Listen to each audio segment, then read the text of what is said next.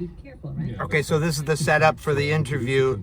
Floyd and Thelma-san, and it's not Kokodo, it's 78.7 FM on your FM dial.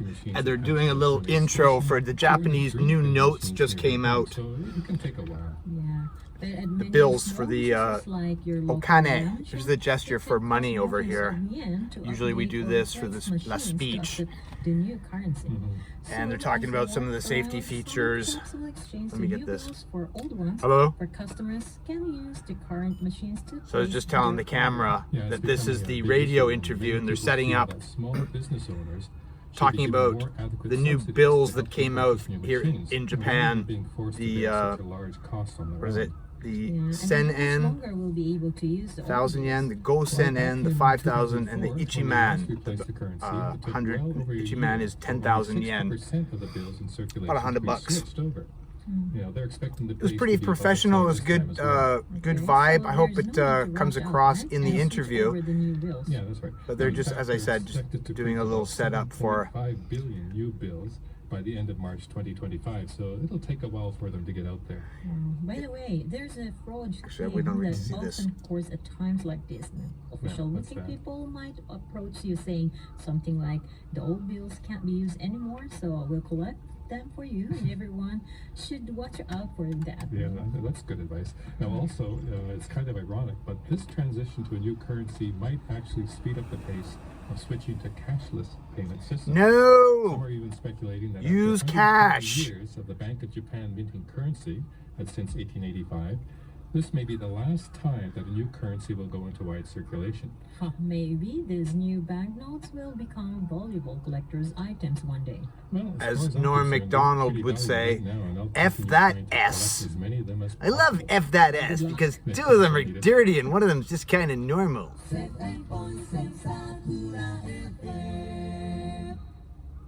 And we'd like to welcome this month's guest, Michael Phelps. Hey, thanks for having me, Floyd. And Doma, nice to meet you. Now, I have to be honest with you. You've been invited to the show because we thought you were the Michael Phelps that won all those Olympic gold medals for swimming. I Who didn't are swim. you? Wow, he's a kind of replica of Tom Cruise. Well, That made Cruise. okay, so that was a fun way to start. But anyway, welcome to the show. Seriously, now let's. Dame Cruz. Why are you in Japan? It's all about a girl. Ah. See about a girl. That's from Goodwill Hunting. Yeah, okay. So instead of going to the West Coast, you came all the way to Japan. Yeah, real east. So where did you meet? In Toronto in 1999. Wow. So how long have you been in Japan? 18 years. 2006 we moved over. Wow. And anyway, you could just tell that one because I asked Haruko to marry me and she said no. And I said, why? And she goes, I want my family around me when I get married. So when did you ask to marry her? Well, after we opened a restaurant and it was starting to go well, and This was in Toronto. In Toronto, and I thought, well, if we have a baby, at least it'll eat, right? Then the opposite happened. She said, I want my family around me when I have a baby and a family, so would you like to move to Japan? And now it's my turn to say no, because I had no intention of moving to Japan, but honestly, Floyd, it was the best decision I've ever made. Wow. So when she asked you that, did she actually say, do you want to move to Japan, or did she say, do you want to get married? Well, I think it was, the intention was that if you move to Japan, I'll marry you. But so you said yes, obviously. Or? And I said no. The restaurant was going great, but then, like I said, So how long did it take after that before you actually moved? 2 years. Huh. See, I had to pack it, the restaurant, got to sell that business we'd invested in, and wrap all my life in Canada. Wow. And yeah, sayonara. It's hard to leave a successful business like that. So who was this restaurant? Who was the main chef restaurant? Me. You were? Wow. Yeah, I think Haruko had a job getting placements for young Japanese kids at Canadian homestay, and she would slip them my omeshi, my card, say if you need a part-time job. So it was fantastic because I had all these great young Japanese people from Yuya, Sapporo and from Kyushu and Tokyo, Yuri, Kansai. Eriko, When I did move to Japan, it was nice to have. Tashiko. It's pretty isolating, but I had some friends already, former staff. So had your wife, I don't want to focus on your wife, but had she been in North America for quite a while before Yes. she moved back? Yes, she was there for a good 20 years. Oh, goodness. Yeah, so it's very similar to my wife. It's almost, she came back almost as a foreigner, my wife. I don't know how your wife feels. I think I mentioned that when we came back, I had culture shock, but surprisingly, Haruko had what they called counterculture shock. Is when you come back to your own, I'd get a call from her. Oh my goodness, it's so polite here. So polite. What are you talking about? They tell you to mind the gap on the subway. I say, well, they do that in Toronto, but they do it here so much.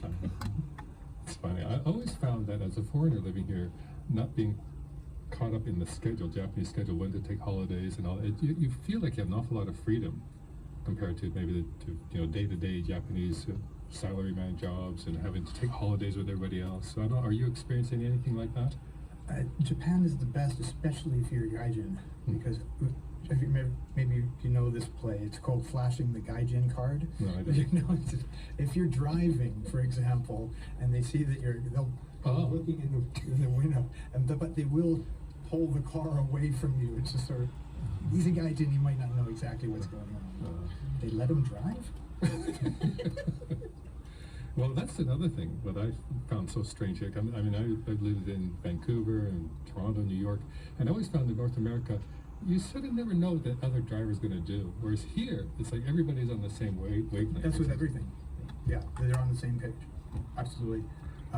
I've seen 2 incidences of road rage in 18 years of driving here, and both times it was me. So, how do you get around now? First of all, where are you living? Up here in Nishinomiya, in Kurakuen, on the beautiful Shukugawa. Ah, yes. Oh, we're at Niteiko Ike, right across right across from Matsushita of Panasonic frames. I was telling Velma-san that all year that property looks like a huge ikebana. It's just brilliant. There's the gardeners here. I think right? I know Yeah, this place. This is like reservoir lakes. Yes. Okay, Yeah. I know exactly. You know it's what every beautiful there. millionaire wants? Yeah. A Japanese gardener. Yeah. Yeah, they're expensive. So did you move when you came from Canada? Did you move right to this neighborhood or We Tokyo? moved straight in. It was Haruko's old stomping ground since, Oh, nice. since they were babies. Wow. So when do you plan to go back to Canada? No. They're taking me out of here in a box.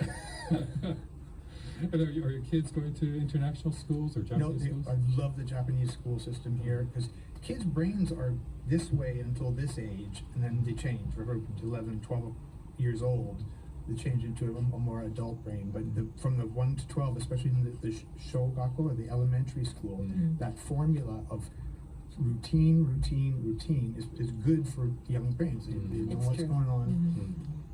Well, how do your kids get along with Japanese students? I mean, are your kids obviously Western, or how do they look? Oh, they look West. Somebody said, yeah, strong genes there, Phelps. And it's true if you look at the swimmer.